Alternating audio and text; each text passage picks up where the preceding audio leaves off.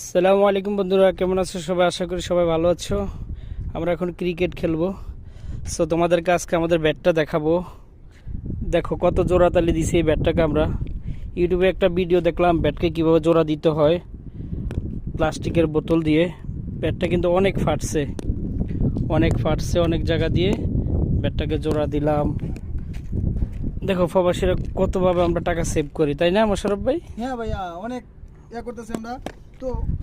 আমাদের দেশে থাকতে আমরা এরকম ব্যাট দিয়ে আমরা কোনো সময় খেলাই না। হ্যাঁ, ব্যাটটা কিন্তু 90 রিয়াল দিয়ে কিনছি, 120 টাকা দাম চাইছে। হ্যাঁ, 90 রিয়াল দিয়ে ব্যাটটা কিনছি।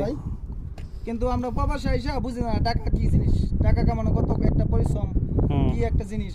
তো আসলে ওই প্রবাসে না আসলে আমরা আসলে বুঝতে পারতাম না যে আসলে ওই টাকা কি জিনিস। বাংলাদেশে কি করছি, বাপের ভিটে লাগাইছি, আমাদের বাপের কাছে টাকা লইছি।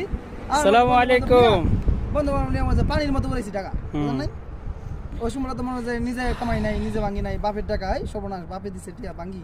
কিন্তু নিজে কামাই বুঝতেছি। এই কারণে মনে হয় যে ব্যাটটা পারলে আমরা কিনতে পারতাম, কিন্তু না, দেখতেছি না ব্যাটটা জোড়া তালি দিলে খেলতে পারবো, তাই জোড়া তালি দিয়ে খেলাইতেছি।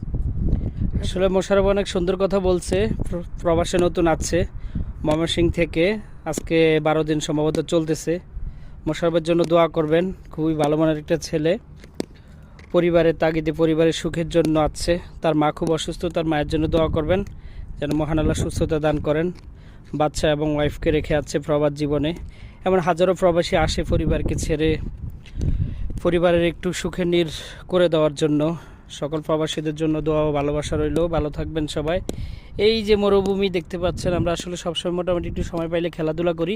আর এই রোডটা অল টাইম ফাঁকা থাকে, এটা আউটসাইড রোড, এখানে আমরা খেলি। এটা হলো আমাদের পেট্রোল পাম্পের এরিয়া, উপরে বাসা, সামনে হলো পেট্রোল পাম্প।